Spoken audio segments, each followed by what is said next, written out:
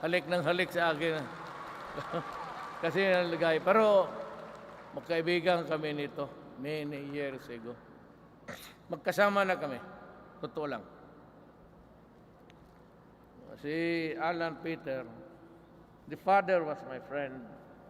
Yung mga anak, almost naturally nang nakakilala ko.